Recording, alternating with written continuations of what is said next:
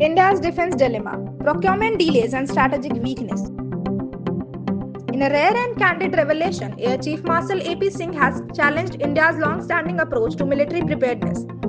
His honest admission about the dwindling combat readiness of the Indian Air Force, along with its technological shortcomings compared to adversaries, stands in stark contrast to the usual reassurances of making do with existing resources.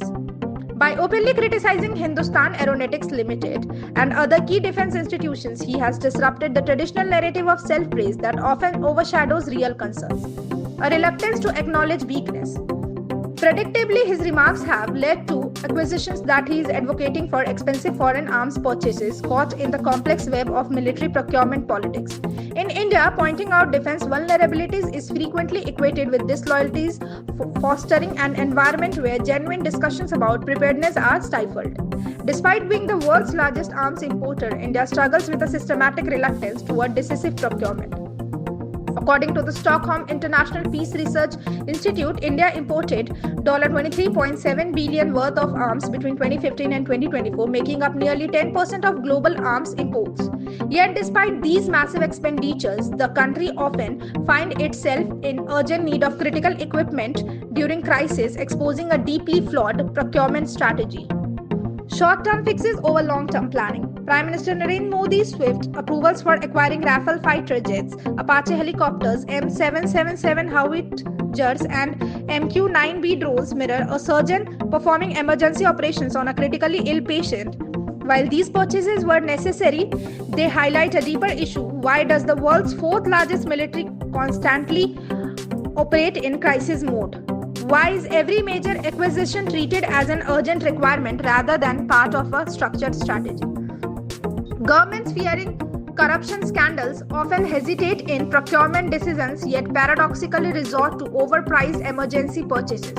Even A.K. Antony, known for his cautious approach as India's longest-serving defense minister, ultimately signed more defense deals with the US than any of his predecessors.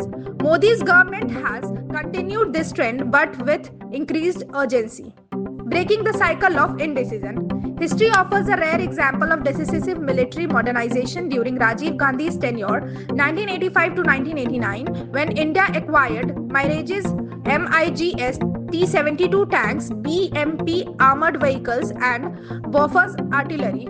These procurements transformed the nation's military capabilities, marking a shift from defensive to assertive strategy. India's issue isn't it overspreading, but its fragmented reactionary approach. To put it into perspective, India's annual defense imports cost less than half of its yearly gold imports and significantly less than its fertilizer expenditure. Yet, unlike farming subsidies, military investments constantly spark controversy. A strategic vision for the future.